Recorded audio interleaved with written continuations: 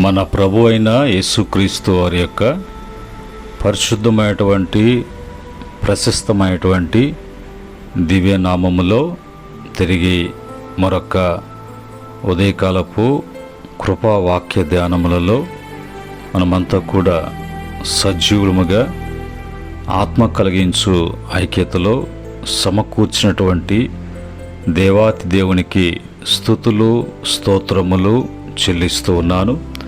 అలాగనే ప్రభు వాక్యాన్ని వినటానికి, ప్రభు వాక్యాన్ని బట్టి బలపడటానికి, ప్రభు వాక్యాన్ని బట్టి స్థిరపరచబడటానికి, ప్రభు వాక్యాన్ని బట్టి వృద్ధి చెందటానికి, అన్ని విషయములలో ఆశీర్వాదకరంగా దీవెనకరంగా ఉండటానికి ఆ యొక్క మనసుతో ప్రభు సన్నిధిలో చేరిన ప్రతి బిడ్డకు కూడా ప్రభు పేరిట వందనములు, ప్రభు పేరిట శుభములు తెలియచేస్తున్నాను.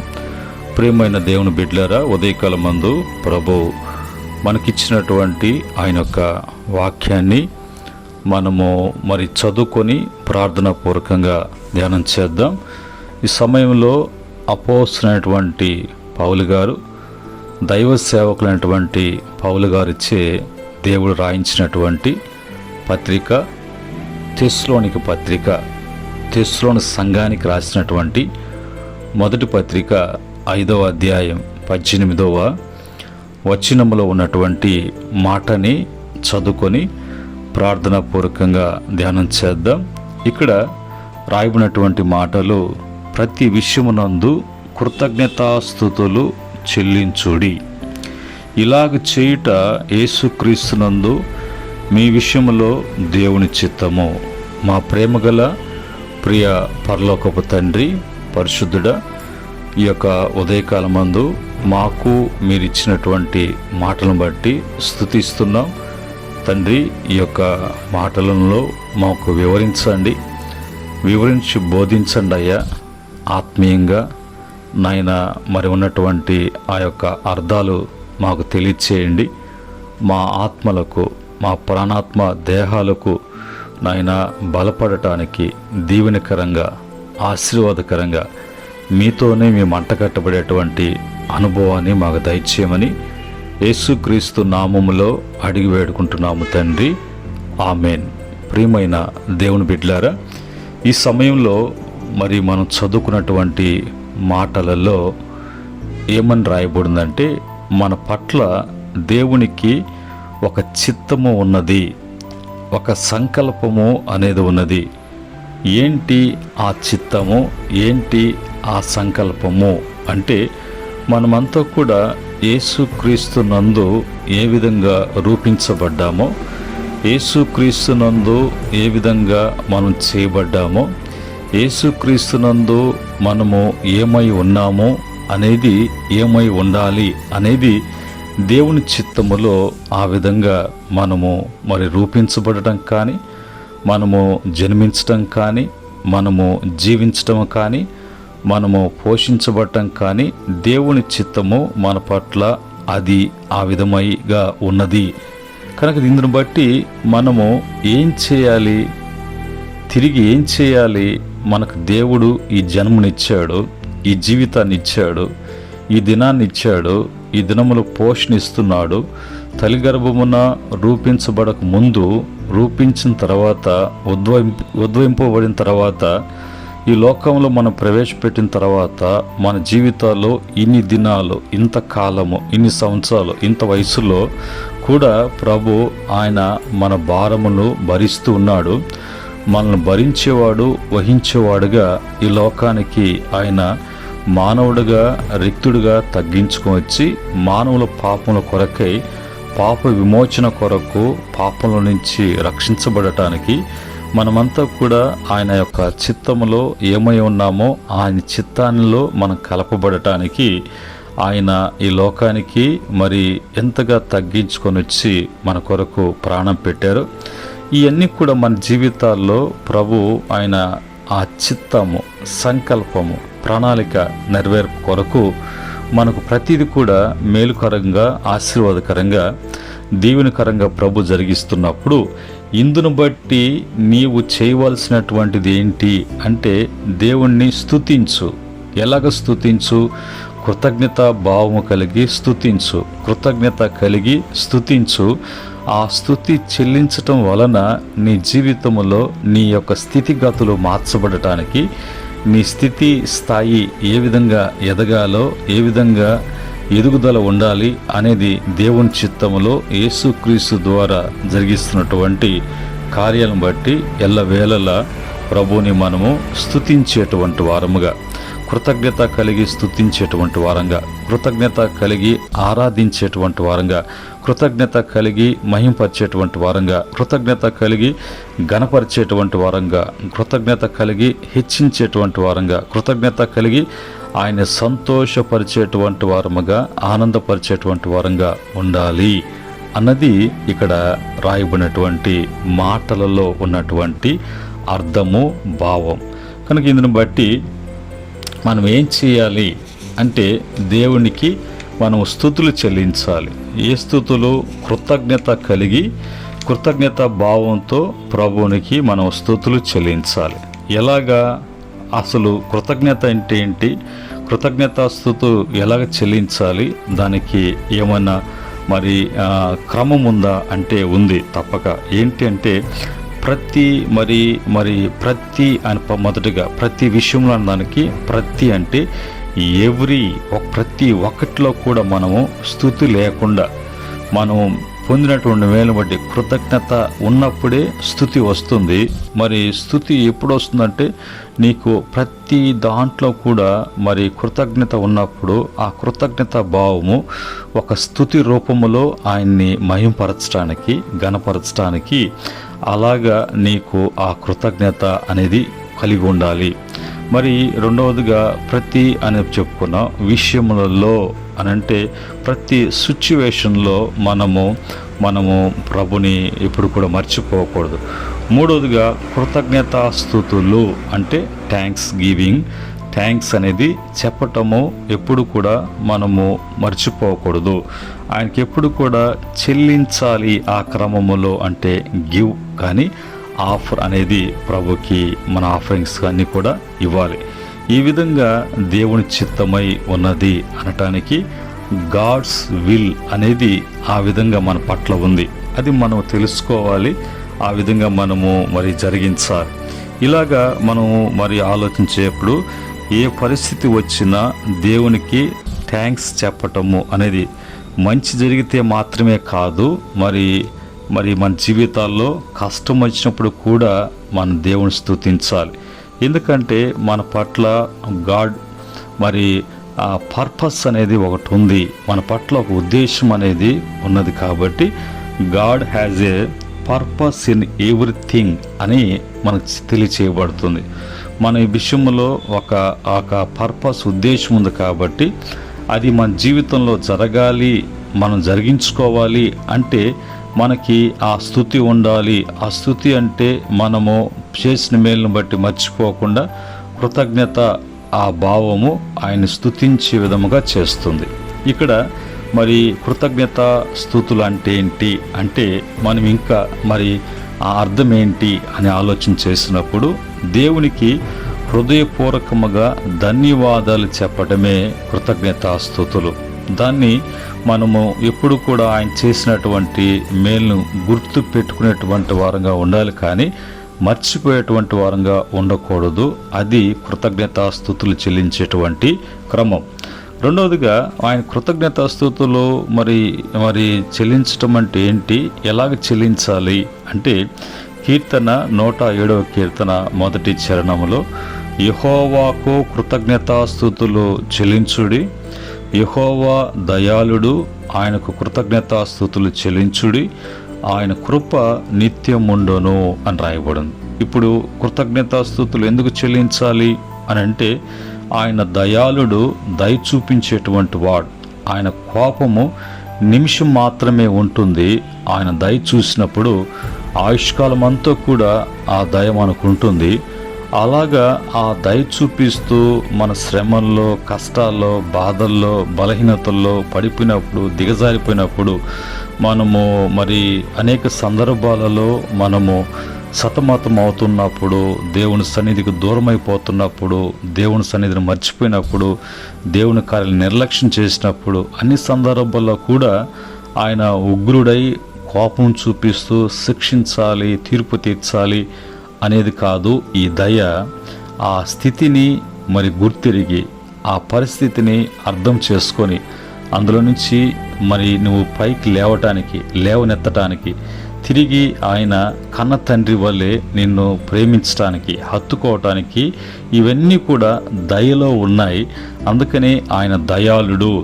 అందుకని దేవుణ్ణి నువ్వు స్తుతించాలి. ఆ క్రమంలో మరి ఆయన స్తుతిస్తున్నప్పుడు కృప నిత్యము మరి నీతో ఉంటుంది. ఆ కృప అవసరతలు తీరుస్తుంది. ఆ కృప ధైర్యపరుస్తుంది. ఆ కృపాసనం ఎదుట నిలబడటానికి సమృద్ధులుగా మనం చేస్తుంది. కనుక ఆయన స్తుతించాలి. ఇది ఎవరు స్తుతించగలరు అంటే 107వ కీర్తన 2వ చరణంలో, యెహోవా విమోచించిన వారు ఆ మాట పలుకుదురుగాక. మేలు అనుభవించేవాడు చేస్తాడు, కానీ మేలు అనుభవించకుండా మేలు అనుభవిస్తూ ఆ మేలు అనుభవించే రుచి మరి ఎరిగినటువంటి వారు దేవుని వలనే అనేటువంటి మనసు లేనటువంటి వారు చెల్లించలేరు. మనసు ఉన్నవాడు చెల్లిస్తాడు. అలాగా విరోధుల చేతుల నుండి ఆయన విమోచించినటువంటి వారు ఆ మాట అనగలుగుతారు, అంటారు. అలాగ మనం అనగలుగుతున్నామా? అనాలి అన్నట్టుగా వాక్యము చెప్తుంది. ఎందుకు చెల్లించాలి అంటే, దేవుడు మన పట్ల మంచివాడు, మంచి చేస్తాడు. ఆయన ఎప్పుడు కూడా కృప చూపించేవాడు. ఆయన కృప మన పట్ల నిలిచి ఉన్నది. మూడవదిగా, మన జీవితాన్ని మరి నడిపించడానికి, మనం కొనసాగటానికి సహాయపడేటువంటి మంచి సహకారి. ఇందును బట్టి రోమపత్రిక 8:28లో అన్ని విషయాల్లో మేలు కలిసి వచ్చేటట్లుగా, మేలు కలిగేటట్లుగా ప్రభు మన పట్ల చేసేటువంటి వారుగా ఉన్నారు. ఎట్లాగా? దేవుని ప్రేమించు వారికి, అనగా ఆయన సంకల్పం చొప్పున పిలువబడిన వారికి మేలు కలుగుటకై సమస్తమును కూడా సమకూడి జరుగుచున్నవని ఎరుగుదము అని రాయబడింది. ఏమి ఎరగాలి అంటే, సమస్తము మనకు మేలు కొరకు సమకూర్చబడుతున్నాయి. కనుక మనం ఎందుకు పిలువబడ్డాము అంటే, ఆయన సంకల్పాన్ని మన జీవితాల్లో జరగటానికి మనము ఏర్పాటు చేయబడినటువంటి వారము, పిలువబడినటువంటి వారం. కాబట్టి మనం చేయవలసినటువంటి పని ఏంటంటే, దేవుని మాట వినాలి, దేవుని మాటకు లోబడాలి, దేవుడు చెప్పినట్లుగా నడుచుకోవాలి. అది ఆయన ప్రేమించినట్లుగా, ఆయన సంకల్పం చొప్పున మనము పిలువబడినటువంటి వారమని మనకి మేలు కలగటానికి ప్రభు చేస్తున్నప్పుడు, ఆ శాపాన్ని ఆశీర్వాదకరంగా మార్చినటువంటి, ఆ దుఃఖాన్ని సంతోషంగా మార్చినటువంటి, ఆ రోగాన్ని ఆరోగ్యంగా మార్చినటువంటి, ఆ కృంగుదల ఎదుగుదలగా చేసినటువంటి దేవుడు, అది మన మేలు కొరకే. అందుకనే నీవు బాధల్లో ప్రభుని స్తుతించాలి, సంతోషం వచ్చినా స్తుతించాలి, విజయం కలిగినా స్తుతించాలి, అపజయం కలిగినా స్తుతించాలి. ఆల్వేస్, ఎల్లప్పుడూ ప్రభువును స్తుతించాలి అని వాక్యం మనకు తెలియచేస్తున్నప్పుడు, ఇవన్నీ కూడా నువ్వు తెలుసుకొని ఉన్నావా? తెలుసుకోలేకపోతే తెలుసుకో, నీకు మేలు కలగటానికి. తెలుసుకో ఆయన దయకు పాత్రుడిగా, తెలుసుకో ఆయన కృపలో నువ్వు ఎదుగుదల అనటానికి వాక్యము ఉదయకాలమందు మనకు తెలియచేస్తుంది. ఎలాగా ప్రభుని మనము స్తుతించాలి? ప్రార్థనలో స్తుతించాలి, పాటల్లో స్తుతించాలి, హృదయపూర్వకంగా స్తుతించాలి. మనం ఒక టెస్ట్ మోని కలిగినటువంటి వారంగా, ఒక సాక్ష్యం కలిగినటువంటి వారంగా ప్రభుని మనం స్తుతించాలి. కనుక ఈ క్రమంలో ఇవన్నీ తెలుసుకున్నటువంటి మనము ఇక్కడి నుంచి మనం మందిరంకి వెళ్తున్నప్పుడు, దేవుని సన్నిధికి చేరుతున్నప్పుడు, దేవుని సన్నిధిలో మనం ఉంటున్నప్పుడు, దేవుని బిడ్డలుగా మనము ఈ లోకములో మనం చలమని అవుతున్నప్పుడు, లేదంటే దేవుని బిడ్డలుగా వర్ధిల్లుతున్నప్పుడు మనము చేయవలసినటువంటి పని ఏంటి? 100వ కీర్తన 4వ చరణం 1 నుంచి 5 వరకు చూసినప్పుడు, అక్కడ 4వ చరణములో కృతజ్ఞత అర్పణలు చెల్లించుచు ఆయన గుమ్మములలో ప్రవేశించుడి, కీర్తనలు పాడుచు ఆయన ఆవరణలోకి ప్రవేశించుడి, ఆయన స్తుతించుడి, ఆయన నామమును గణపరచుడి అనే మాట అక్కడ రాయబడింది.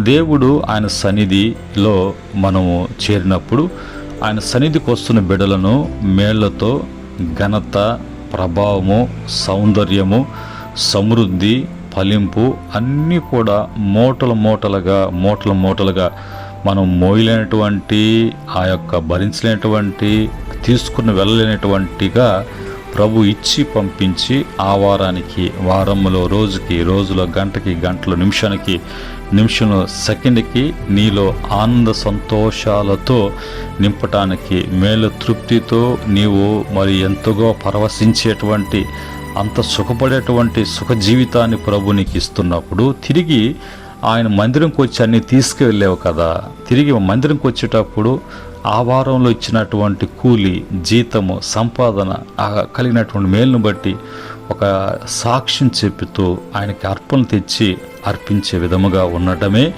కృతజ్ఞత. ఆ కృతజ్ఞతతో ప్రభువుని స్తుతించు, ఆరాధించు.